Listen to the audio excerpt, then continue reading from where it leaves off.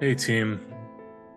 So one of the things that I realize as I go through business and life is that I make a lot of mistakes. And I'm one of those guys that sits there in bed just thinking about the things that they shouldn't have said or the things that they shouldn't have done. There are a million things through my career that I have regrets about saying or doing. Times when I've undermined my team's respect for me and for each other, undermined the mission of the company. There are times when I've gotten distracted and focused on outcomes rather than our people. There are times when I've been really disrespectful to the team and to individuals. And there's been times when I've been trying to push so hard and just so disappointed with the outcomes that I've wanted to replace everybody that worked for me. And that's happened several times. Um, where I didn't do it, but it's just you're so frustrated and you're wondering what you're doing wrong. And if I think about everything that I've done through the last, 20 years of leading people, I have a real instinct of being an alpha and the leader of the pack. Like I'm naturally the one in front. So, even when I had no idea about leadership, I would instinctively lead.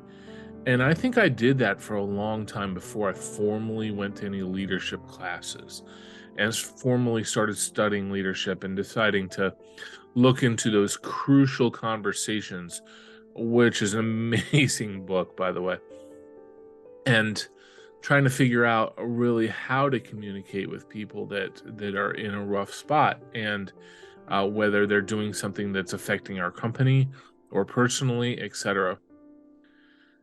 I think that all the mistakes that I've made have given me some amount of wisdom in leadership. I think I'm definitely a more mature leader now than I ever was before. However, I still have a lot of those instinctive reactions and I still regret stuff say at the end of the day. There's times when I'll, um, try to be transparent with people and be honest and stuff, and it almost comes off as if I'm being a rumor mill and trying to and oversharing with people. And one of the lessons that I've had to learn is really to shut my mouth a lot of the time. And because you talk to somebody, they'll go talk to somebody, they'll go talk to somebody. Um, I've been very frustrated at times when I've shared a plan with somebody and we're working through details, and then suddenly I'm hearing about it through other people. And yeah, just the idea of discretion until the plan's final has been a problem sometimes. Now, I'm all about including people in the planning process, as long as it's the appropriate people. What I've found is that if I include too many people or the wrong people, sometimes it's really hard to lead that discussion.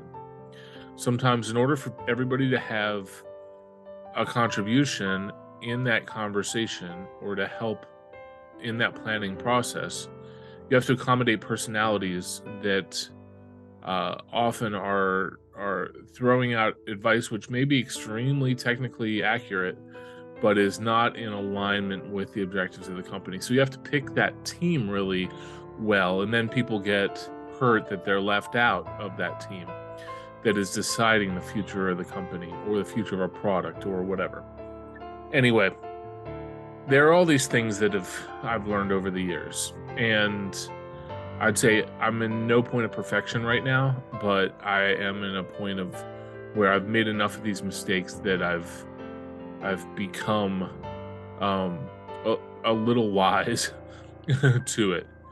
Now, I was actually doing very well in leadership until recently. I worked for a very toxic leader, and it's funny how everything goes in the back seat all of a sudden.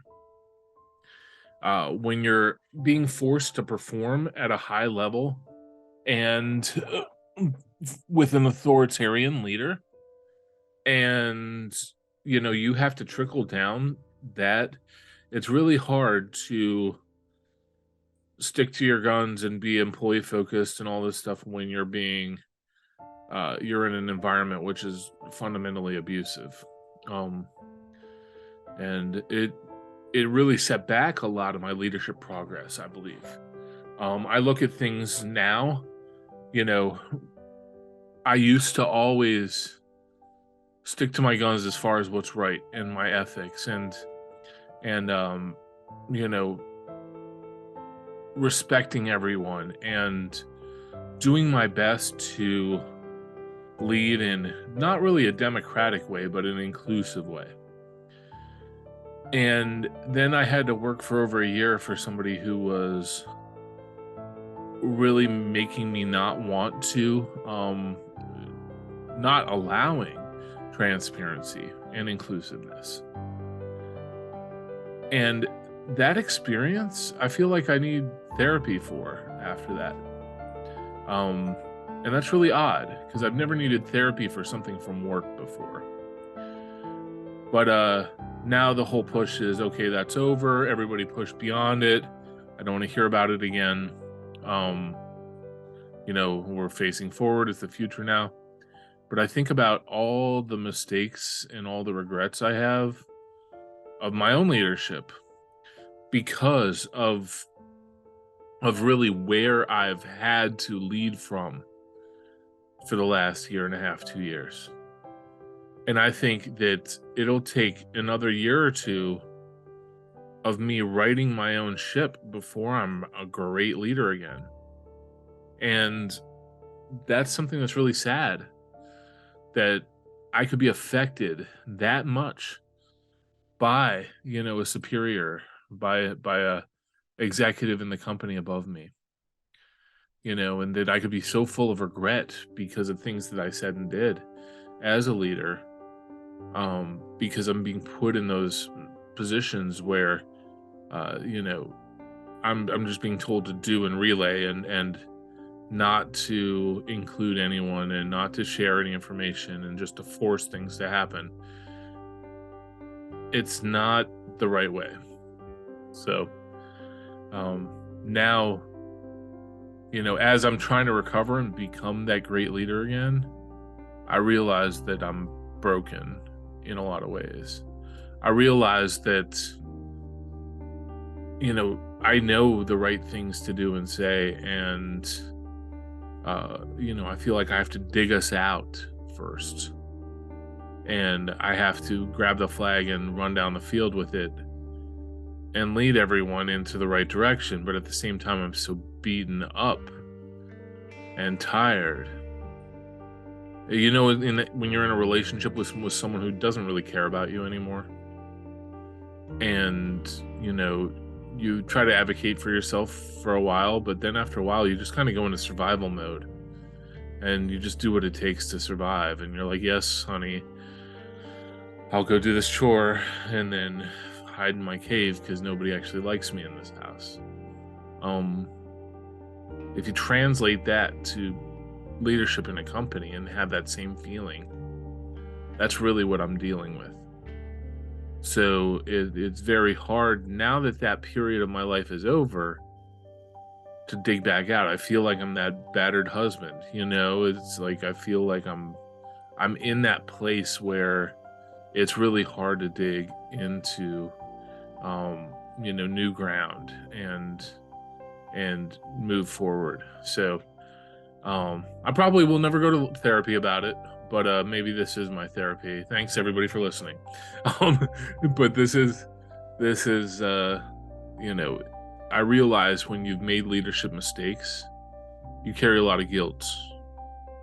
And when you're not able to really take responsibility for them, even though you have a mindset of extreme ownership, because you were basically forced to be a certain way in order to survive,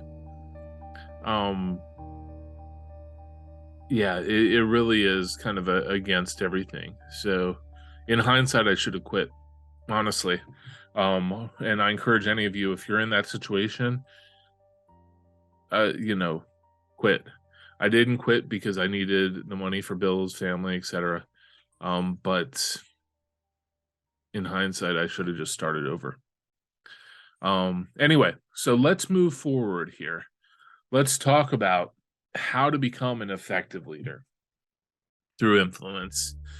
Influence is the most important thing in leadership. It's leadership's really about influence. You're influencing those around you, above you, below you, your superiors, etc. You need to influence those people to get to a desired outcome, to a desired objective, and to build followers. If you're not building followers, then you're not leading. It doesn't matter.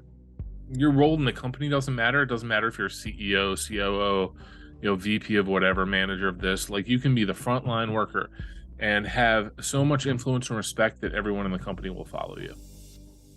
That is what I'm talking about by leadership. And that influence, building that influence and building those followers is the job of a leader. So building influence is, the essential part of successful leadership. I'd say it's important for anybody who wants to become a world-class leader, a high-performing leader, to really understand how influence works. And there's a lot of pieces to this. People in sales know this inherently. There's a lot of sales kind of things. If you think about Dale Carnegie's How to Win Friends and Influence People concept, there's a lot of sales, building influence ideas that get used in the sales process as well, how to build influence and rapport with people and things like that. So going down a sales road is actually probably a good idea, and really understand how leadership works. But I'm going to discuss what I see as 5 key elements of influence. Now, these are from me. Other people have other principles. Dale Carnegie, like I mentioned, with How to Win Friends and Influence People. I'll kind of go over his concept also, but there are a lot of models, and I will go over other models in other episodes. So the 5 key elements of influence to me are authenticity, respect, engagement, safety, and belonging. So building respect by being authentic and driving engagement with your people, giving them a feeling of safety and belonging. We'll explore how those factors really add up and help you build influence as a leader and develop yourself as an effective leader. So let me start with the story. Last week at a conference, there was this guy who sat next to me at our networking breakfast. We talked for a good hour and a half. They give us a long networking session to get to know each other. And I was pretty much just engaged with this individual from the beginning. And when he introduced himself to me, he said, "I don't know why I'm at this conference. I'm not a leader in the company." I said, "Okay, well, what do you do?" And he said, "Well, in the design desk role." And for those of you who aren't aware, with managed service providers, what design desk is, it's the person architecting the solutions for the company, for the customers. This person has to be highly technical, really understand everything, but also understand the business impact and what's really important to the business. And it was obvious he wanted to be a leader. Like, we talked about Extreme Ownership by Jocko Willink and Leif Babin. We talked about, the influence that he has within the company, and he definitely is a leader in the company, but he's not in a leadership role. He doesn't have that title. So we talked for a long time about his job and about what he's doing and about how they're growing and the changes in process they're putting in place. And I told him to start practicing extreme ownership by taking ownership of his own work and influencing those around him. Taking ownership is crucial in demonstrating leadership because it gives people respect. Taking ownership allows you to influence those around you. Whereas taking blame, giving blame, really causes a lot of disrespect, and people don't want to work for you. So when you're influencing those around you, whether it's colleagues, customers, superiors, whatever, um, you demonstrate mutual respect for that person. You're demonstrating that you're responsible and accountable, and that you care, and that you're there for them. That you're trying to move things along, and you're trying to be a positive thing. So I recommended that book, Extreme Ownership, to the guy, and he said he had read it. Any of you who are interested in leadership, I recommend the book Extreme Ownership by Jocko Willink and Leif Babin. Talks about a guy who is talks about a couple guys who are Navy SEALs and the leadership lessons that they learned. And I told him, as a result, he'll become a leader and move up quickly. And I said, by being empathetic, responsible, and accountable in the organization, he'll rise to leadership, and it'll be obvious that he's leadership material. It's not something that you have to dispute when it's obvious.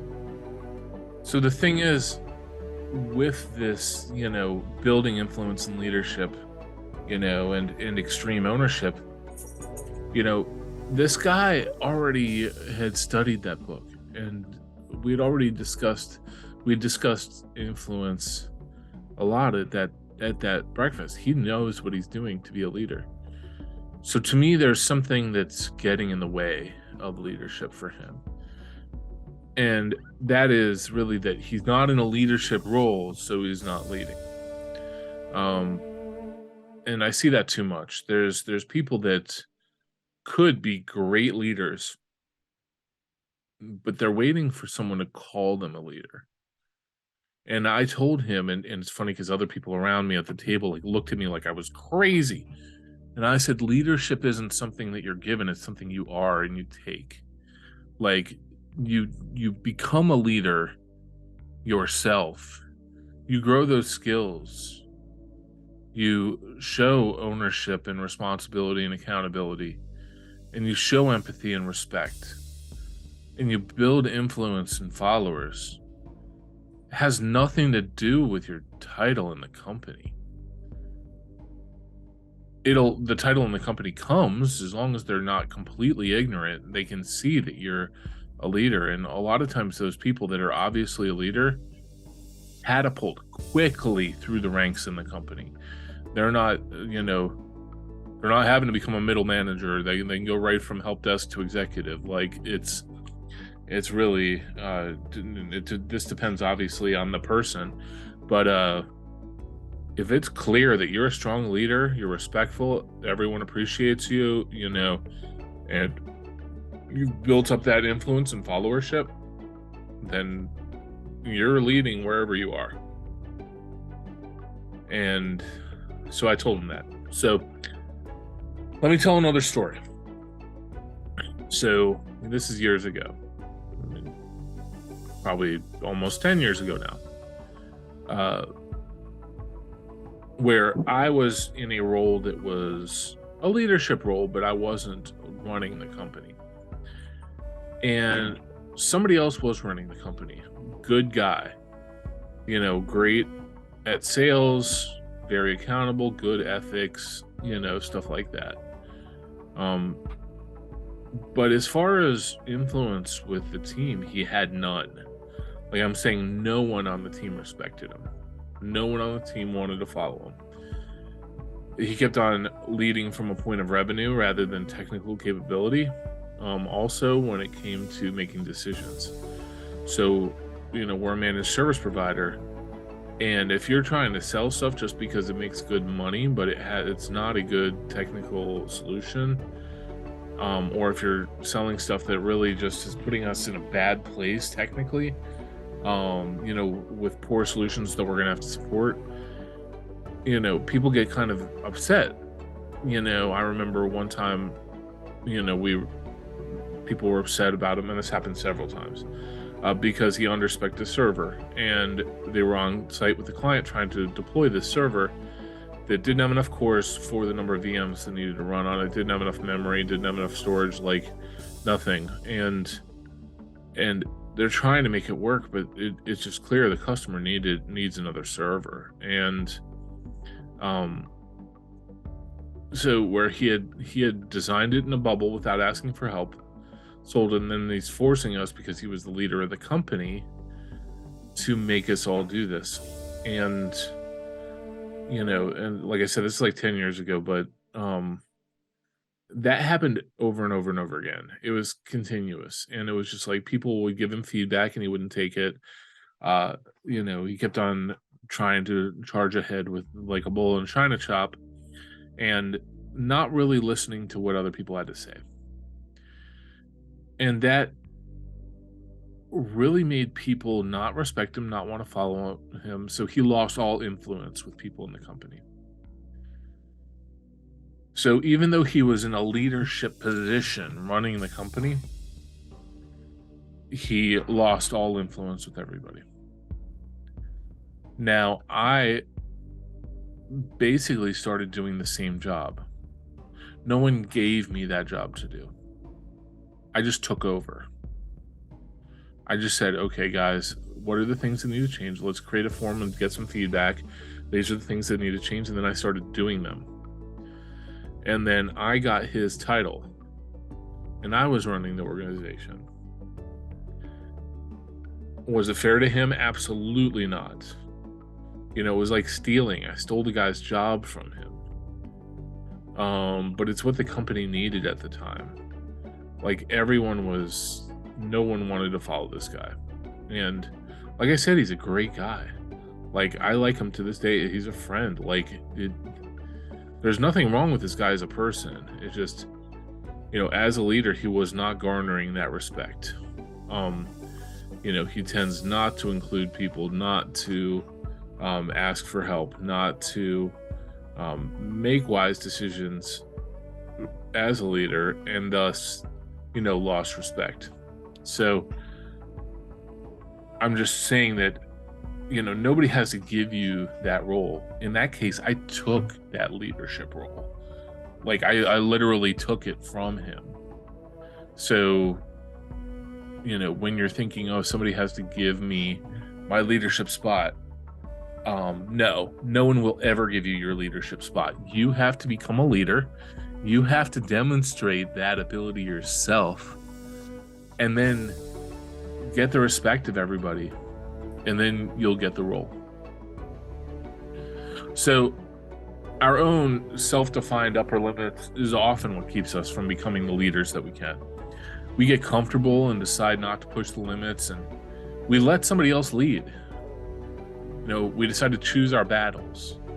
And as someone who's been in a highly toxic environment as a leader before, with toxic superiors, I've learned that picking my battles was important for survival in the organization. I had to decide, okay, this guy's really telling me to do something that's not right. But I'm in survival mode. I'm just going to do it a lot. I had to decide which hills were worth dying on. And, even in that kind of culture, I was basically second in command in the company due to my ability to execute. And what do I mean by executing? I mean that I was able to muster the resources and energy to accomplish my objectives. I was able to delegate wherever I had to. And sometimes, it was really hard climb. It meant long hours, late nights, working all weekend on stuff, getting it done. And I hated it the whole time because I didn't want to work for the guy. I felt disrespected. I felt like everything was indicating that I shouldn't be doing what I was doing, but I was doing it anyway. So, oftentimes when you have a track record of successful execution, what happens also is people pile more work on you. They'll make you the bottleneck. They'll make you the constraint. And that's going to cause you to fail at execution, inevitably, because not everybody can do everything. So If you're the one person in the company that reliably is getting it done and is executing and is being strategic and is being wise with their resources and everything, and they keep adding more to you because you're the one who's getting it done. It's just, it happens every time. It's regardless of who's above you. It's just natural. They pile it and pile it and pile it on, and eventually you fail. You have to fail. Because you become that bottleneck and that constraint, and everything falls on you. So no one is strong enough to do it all. So back to kind of the concepts that I had mentioned earlier.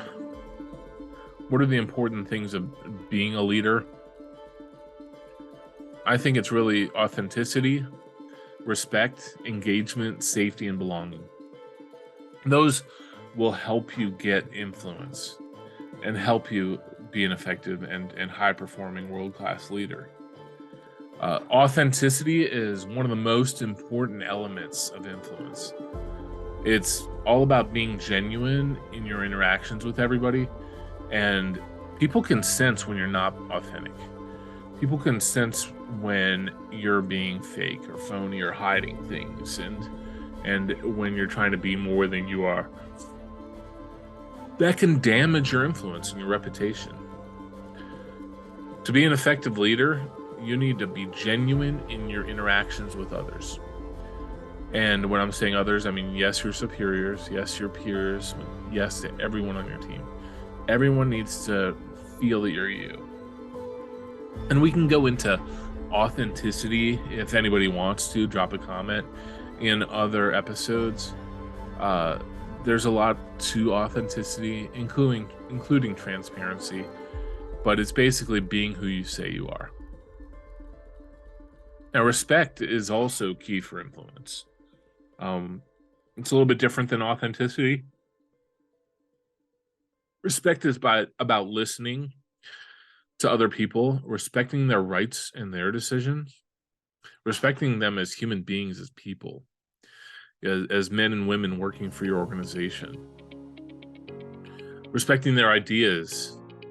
Even if it's not in alignment with the organization, people may have great ideas. And it may be something that you as a leader have to shepherd, have to say, this is an amazing idea.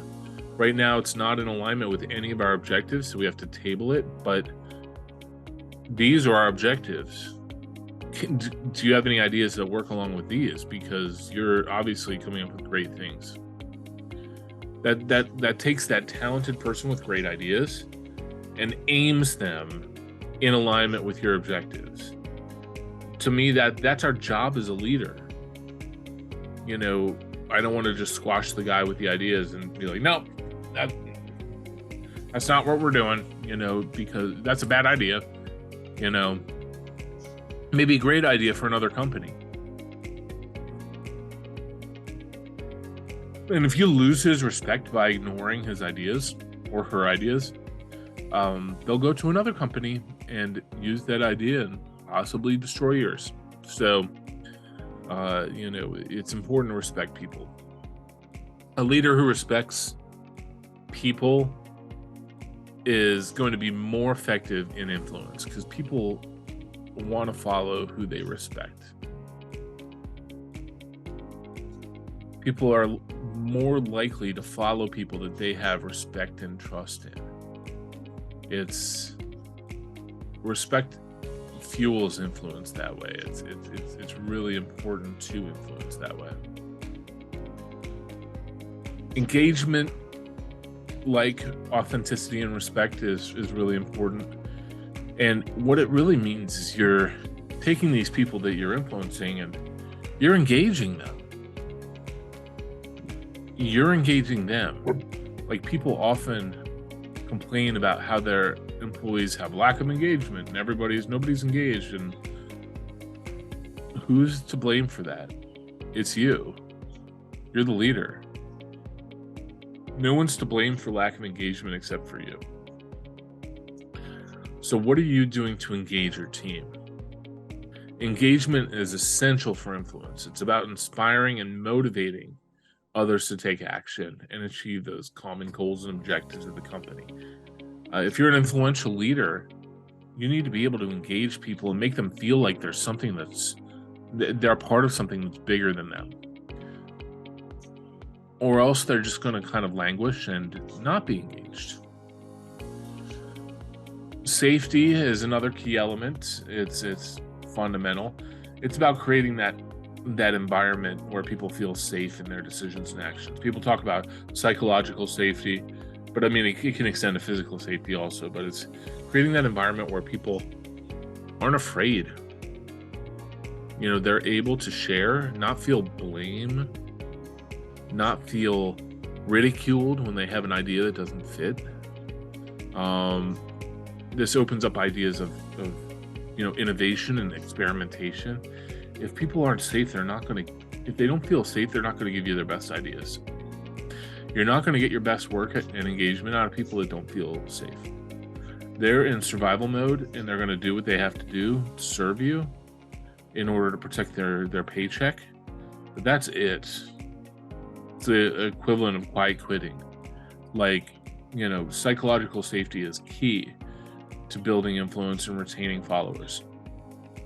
So you need to make sure that you create that environment where people feel welcome. And influence also kind of requires that you create a sense of belonging. That those of you who have been on sports teams before, that sense of belonging that you may have had on your team, and then other teams where you didn't feel like you belonged,